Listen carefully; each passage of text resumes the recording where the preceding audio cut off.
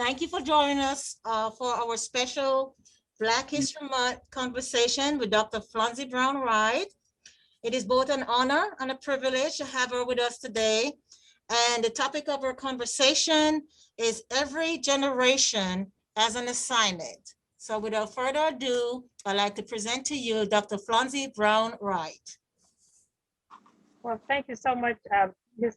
Christine Greenwood, and it's such an honor to be asked to share this very, very special time with you.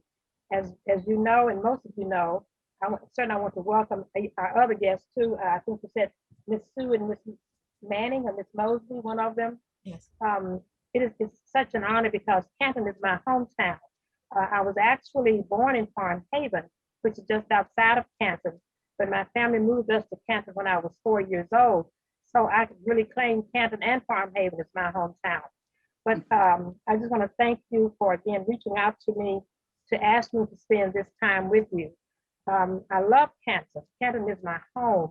And while I've had an opportunity to travel around the country, speaking, teaching, lecturing, working, I have never forgot Canton. I have never forgotten Canton because it's such a special place, not only in history, but it's such a special place because this is where our parents chose to rear us.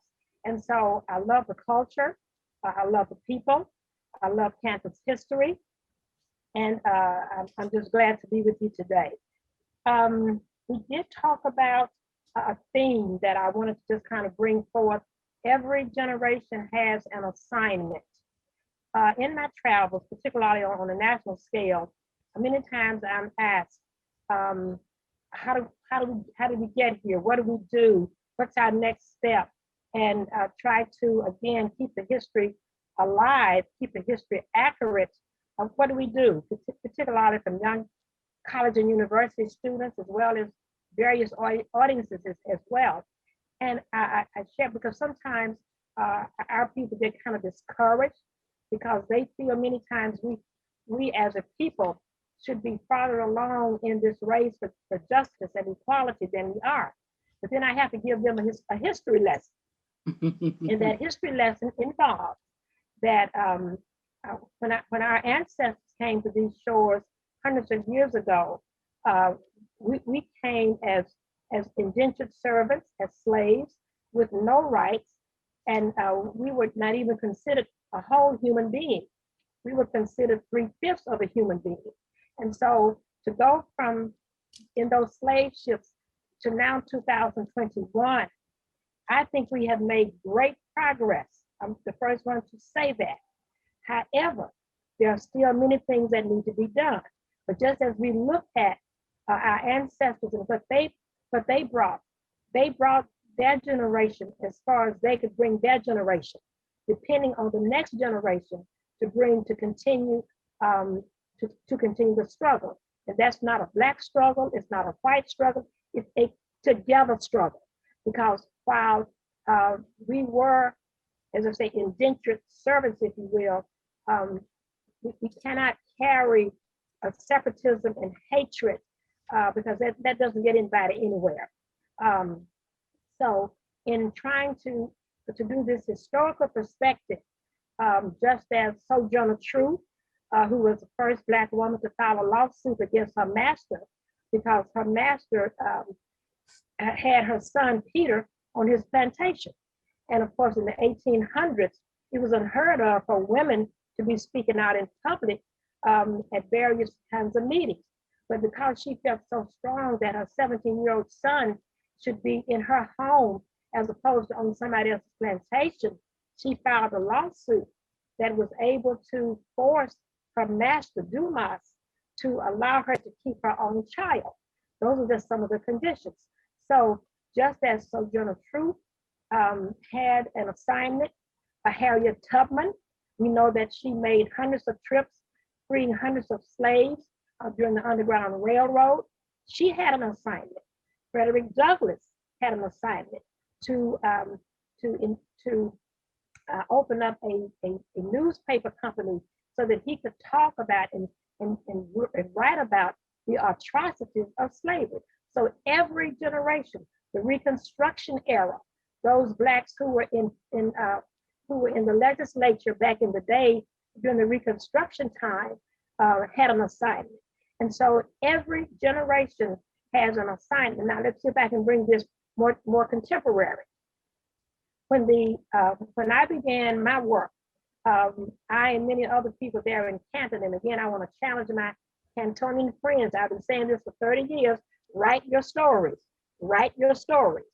But when we came on the scene in the late 50s and early 60s, we did not have the right to vote.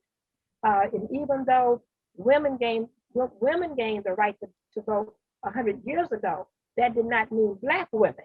And then later, Black men gained the right to vote, I think through the 14th Amendment, but that still Black women did not have the right to vote until 1965, during the Voter Rights Act. So, but we kept on plugging, we kept on moving, we kept on working because we knew that we were leaving the footprints for future generations to hopefully take up the banner and begin to move on to a more just society. So in this moment, while many things have changed, some things have not changed. And we're living during a period now where our country is disturbed. We're living in a period now where I feel at some point in time, many of the gains that we made, even in my generation, the 60s and 70s, are being rolled back. A case in point, 5 or 6 years ago, the Supreme Court decided to take Section 5 out of the Civil Rights Act. And that section provided that if any city or town or state was going to implement new changes which affected the voting, then they had to get pre-clearance from the Justice Department. And of course, at some point, the justices decided that that was no longer needed. But again, people were able to speak out about that. And even though that amendment has not been restored, we have to keep on moving in spite of whatever decisions may come down, because there's one thing about it that I have learned in my 58 years of being in this journey. So, I'm not a hairdresser today, and I'm not a clerk for somebody tomorrow. I've been doing this for almost 58 years because it's my passion. It's what I do. And God has allowed me to take this passion of mine to venues that I never, as a little Canton girl, a little Farm Haven girl, little country girl, little poor girl growing up, He has opened doors to me that I never could have imagined would have been open, and allowed me opportunities to share the history and the legacy with thousands and thousands of people, not only in America, but on an international spectrum. So continuing this journey, one thing I knew, that my cause was right, that our cause was just, because at the end of the day, you got to know that what you are doing is not only right, but it's for the right reason, for the right reason. So coming through the various eras that we have had to navigate our way through, the Dred Scott decision, the 1954 school desegregation decision, we've had to navigate our way through those things just so that we could have the opportunity to become first-class, full-fledged citizens with all the rights that other people may have. And so every generation, this generation, and of course, my generation, we're kind of moving on in age, and we have lost a lot of our civil rights veterans that began in the 60s. But for some reason, I'm grateful to still be here so that I can, again, remind people, share with people unselfishly what I have learned down through my years. So I can stop at this point. I'll be glad to take some questions, and then I can pick up again more intimately about my involvement in the Canton area. So are there any questions so far? Yes, I have a couple of questions, Dr. Okay. Brown, Dr. Wright. Growing up, when did you recognize that there were differences in skin color? Did somebody tell you? Well, that's a very good question. Here and there. I really, to be honest with you, I was really a teenager before I understood that there was a difference between white and black. And when I say that to people, they really want me to explain why. How could I grow up in Mississippi in the segregated South and not know that there were differences between whites and black? Well, let me just give you some background on my family, lineage. On my father's side, my father's grandfather was born a slave. He was born into slavery, which meant that he had no rights. He was not allowed to go to school. He couldn't read, he couldn't write, and he worked on a plantation. Now, let me put a pin in this point right here. And his name, from what I understood, my great grandfather was Robert Brown. Now, I wear the name Brown very, very proudly, but I may be a Brown and I may not. And I understand that, and I've accepted that because that was the culture of the day. Then my grandfather was born at a time when blacks were not allowed to go to school as well. And it was only during my dad's generation that black children were able to go to the 8th grade because they picked cotton and till the farmland the rest of those months. And they were only allowed to go to school a half a day for 4 months. So that's my father's people. My mother's people were much more culturally enriched. I'm named for my grandmother, who was a Muskogee Indian. And my grandfather's father in Lee County was white.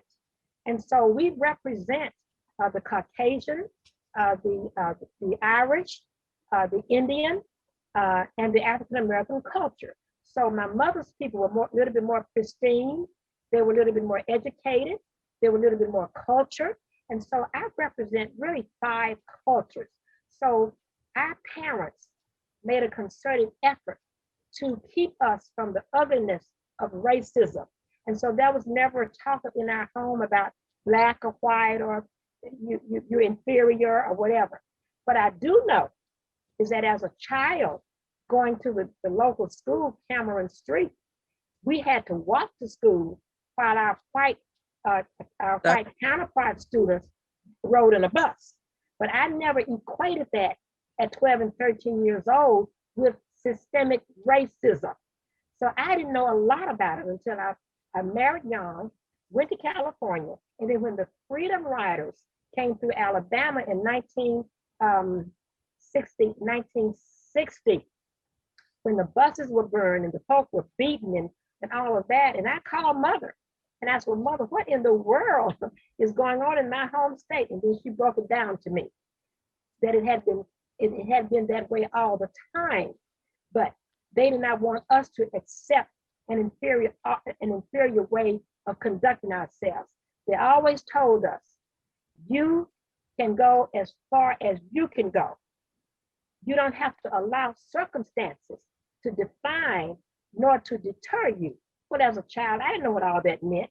But then as I grew up and became a wife and a mom myself, I very well understood. So that's kind of my introduction, really, as a young married woman to hardcore racism.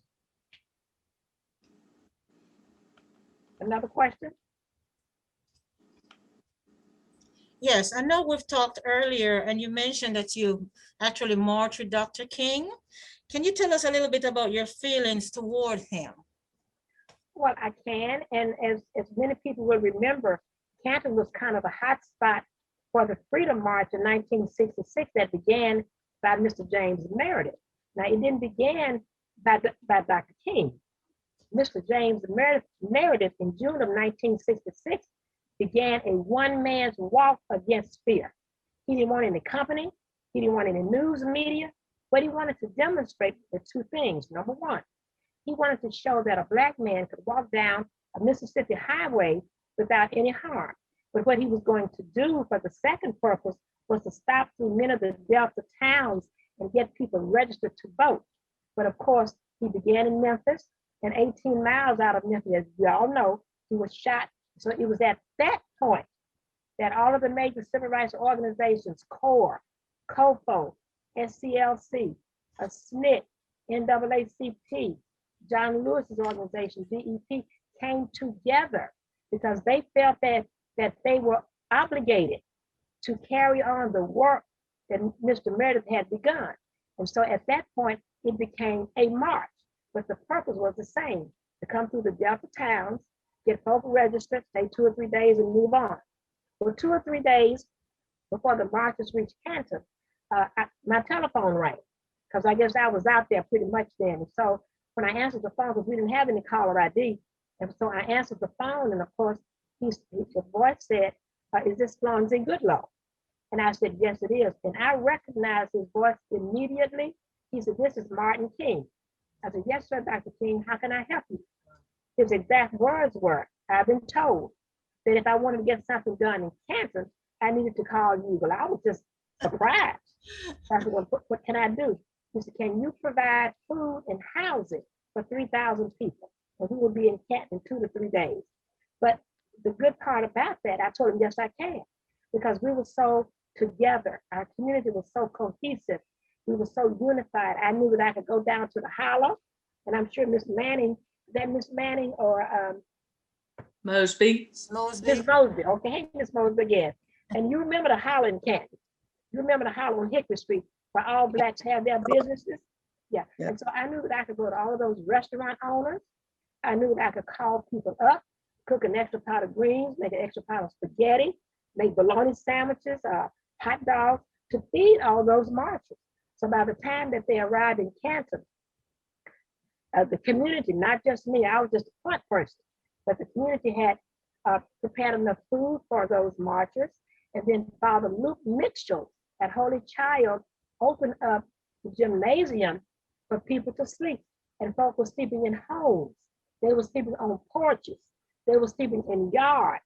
They were sleeping on the grounds of homes of people in Canton, because we knew that that the march was so important to us that we had to be the ones to house and feed those people.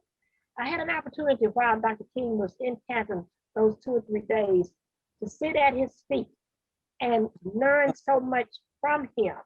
And one of the things that he shared with us in a meeting with about 12 local people, in addition to the other leaders, when he said to us, I quote, he said, my days are numbered. I won't be with you very long. I'm going to die a violent death. He said, but what I want the 12 of you to do is to make me a promise that when you see racism, when you see separatism, when you see things that are not fair, that you will call it out. And so I made a vow that day in June of 1966 that I would do my best. And a lot of things I did not know, I had to learn. But I made a vow that I would do whatever I could do to tell the story and to be a part of effectuating change in my home state. Mm-hmm. And I had an opportunity to introduce him as well, because during that time we were in voter registration campaigns. It was so difficult to get registered. We had to fill out a 21-item questionnaire, how many bubbles in a bar of soap, how many feathers on a chicken, how many jelly beans in a pound of candy. I mean, we had to fill out all those. Then we had to interpret a section of the Mississippi Constitution, and all of that to the satisfaction of the registrar. So even though we had many, many challenges to try and get the right to vote, I had an opportunity to introduce Dr. King on those same courthouse steps that I had been ran out of trying to register. So that's why I say, in time, every generation has an assignment. And of course, if we accept that assignment with commitment and with dedication, see, I've never questioned, am I on the right journey? I've been scared, I've been shot at, I've been tear gassed, I've had my life threatened, I've had the lives of my children threatened, I've been to jail, you know, but I never one time questioned, was I on the right path? Very good. Okay, does anyone else have any questions for Dr. Wright? No? I'm just very impressed with her her story, and it does cover several generations. That's very impressive. Thank you. Thank you. Thank you. And, and I know your family, I know your family were really behind the scenes helping to do a lot of things. I'm well aware of the people in the Canton area, the white population in the Canton area who were behind the scenes supporting our cause, even though it may not have been popular at that point to come out in a public setting. And so I just want to pay tribute to all of those soldiers who helped, because we could not have gained these freedoms alone. We could not have done it alone. And when I was elected to the Election Commission in 1968, you'll probably know that I ran for public office in 68 and became the first Black woman in the state of Mississippi to hold an elected office post of pre-Reconstruction.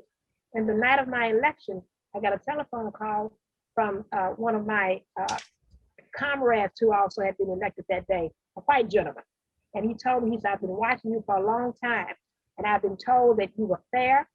He said, you got a lot of white votes. He said, I just want you to know that I've got your back. I didn't know who he was at that point. And so, but I later learned who he was. And we had a great working relationship on the Election Commissioners Board. We didn't always agree, but we always did it with dignity and with respect.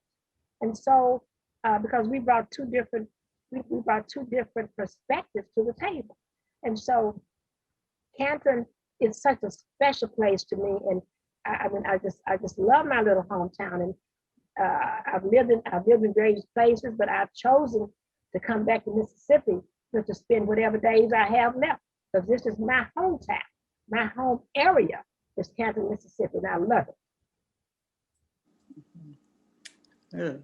It's good to love your hometown. I still love my own hometown. Love All going right. to it. Yeah. But I married a Mississippi boy, so I became a Mississippian. All right then. Okay. So who's your husband? What's his name? Herman Mosby. Oh yeah, with the drugstore. Oh, he had the milk company. The milk coming down on 51. Yes, ma'am. Oh yeah. I know your people. I know your folks. Absolutely. Yeah, because one had a drugstore, one had a ice cream shop on the corner of Peace and is that Liberty, where just across the street from the bank, there was a drugstore and a soda fountain. I remember that. Yep, I remember. No, my husband had the milk plant. Right. And they were one of the three businesses boycotted throughout central Mississippi, the bread and drinking milk. Okay. Of course, milk being very perishable, it was definitely a destructive step. Right. So he contracted to over 90 milk producers in Madison County. And when the boycott came, of course, the milk did not sell, so he had to take the milk over to Newton for great and accept a price considerably lower than A1 price. But at least he was not wasting the milk until the contracts ran out. Okay. So I just would like to emphasize how destructive and thorough a boycott can be. Well, it does have its, it has its, and let me just kind of share this with you. We didn't have the right to vote during that time. We were disrespected a lot, and we felt that, and I'll just share this with you in hindsight, we felt that if if we could spend our dollars, and I don't remember who all was boycotted at that time. I know that there were selective buying campaigns. I remember that very well. We felt that if we spent our dollars, quote, uptown, the least we could do was to be respected. And many Black people particularly, you know, I've heard white people call my daddy boy. I've heard white people call my grandfather uncle. And so, you know, from the perspective of equality, all we had at that point was our dollars. And so I'm not saying that the boycott your company was right or wrong. I'm simply saying one of the ways to feel as though we were at least being heard was to decide where we spent our dollars. Well, it was very effective, Flonzie, very effective. Okay. Well, and then see, we were 70%, Madison County was 70% Black at that time. We had a potential of about 10,000 Blacks to be registered, but only about 100 were allowed to. And those were Black preachers and Black school teachers. And so 100 people can't do anything with the vote, really. I mean, it's good that they were able to get it, but the challenges, because I remember the day that I went to register, and I didn't take a crowd, I didn't go with the crowd, I went by myself, because I was hoping that if the registrar was having a good day, he would not deny me. So he gave me this 2-page, 21-item questionnaire. And like I said, some of the questions were, how many bubbles in a bar of soap? How many feathers are on a chicken? How many jelly beans are in a pound of candy? Now, my mother was about your color, because she was from that Muskogee Indian half white generation. And so when mother went to register, the registrar gave her the 6-item questionnaire that he gave the white clientele. 6 items: name, address, social, telephone number, place of employment, 6 questions. Whereas the Blacks had to interpret 21. But because he thought she was white, because she could have passed for white, really, she could have passed for a white woman, he gave her the 6-item questionnaire.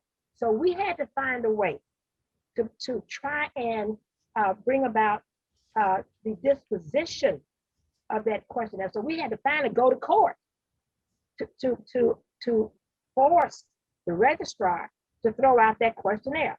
Let me give you another example. When I ran for public office in 1968, and I was supposed to be representing the city of Canton, which was beat 1. Madison County has 5 beats: Madison, Flora, Farmhaven, Canton, and Camden. So when it came out in the paper that I had qualified, that a Black woman had qualified to run for public office, the election commissioners implemented a brand new rule and made me run in all 13 precincts of the county, as opposed to just, you know, like Tom Riddell. I defeated Tom Riddell. So Tom Riddell only had to run in Canton, because that's where he was going to be serving. But then when, and of course I have it in my book, but when it was announced, you can pick up a copy of my book, when it was announced that I had qualified to run, the Board of Election Commissioners, all white, required that I run in all 13 precincts of the county. Wow. That had never been done before. So like I say, there were many injustices during that time. And the only way that we could address those injustices, because we would try and have meetings with the establishment. I remember, you know, talking to Joe Fancher. So I remember all those guys. I remember talking to Joe Fancher and different ones who were the city attorney. Let's have a meeting. Let's get together and let's talk through some of these things. Well, they would never do it. And so, as I said, one of the ways that one of the things we knew we had that dollar. And of course, we did implement boycotts, selective buying campaigns, so that we could at least get the attention of people that we weren't the same rights that everybody else in Canton was enjoying. Mhm. But I understand and I hear you, and I understand what you're saying. Okay. Any more questions for Dr. Wright? No? I can turn it back over to you, Dr. Wright. Would you like to add anything else? Well, just basically, again, I'm just so delighted to have been invited. You can go on my website and take a look at some of the information that I have on my website.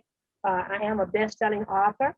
I published this book in 1994, Looking Back to Move Ahead. Back ahead. Looking back to move ahead.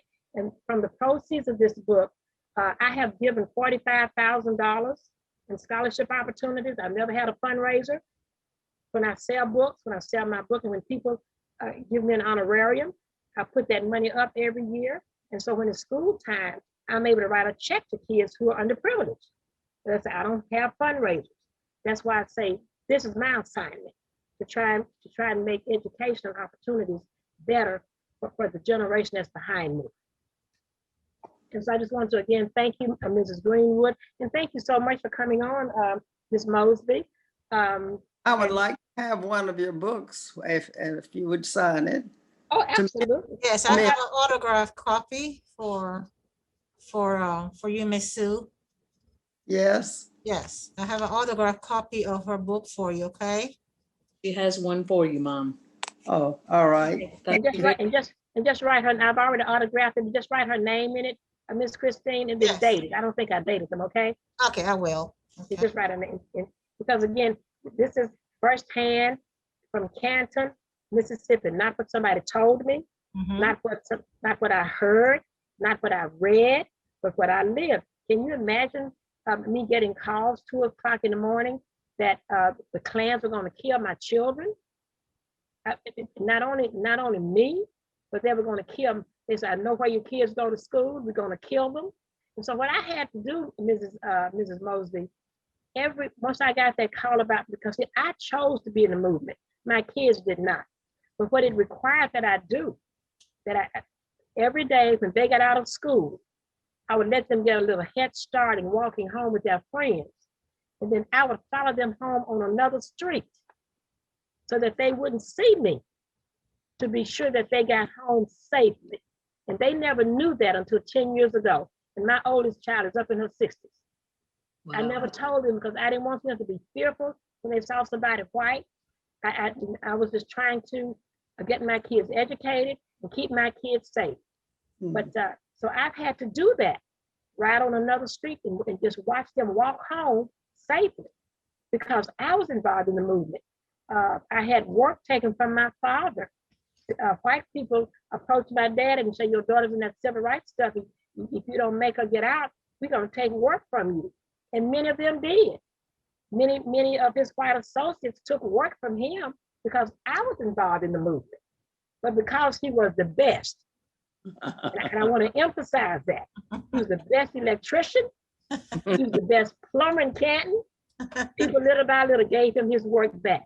But they even told him, and they took work from him. So, I felt so bad. He said, baby, don't you worry about it. We're going to make it. Yeah. So, those are just some of the behind the scenes things. Yes, ma'am. Well, Dr. Wright, we certainly appreciate you making time in your busy schedule to speak to us this afternoon. We really enjoyed your presentation. Thank you so very much. It's been an honor and a pleasure. And thanks to those of you who joined.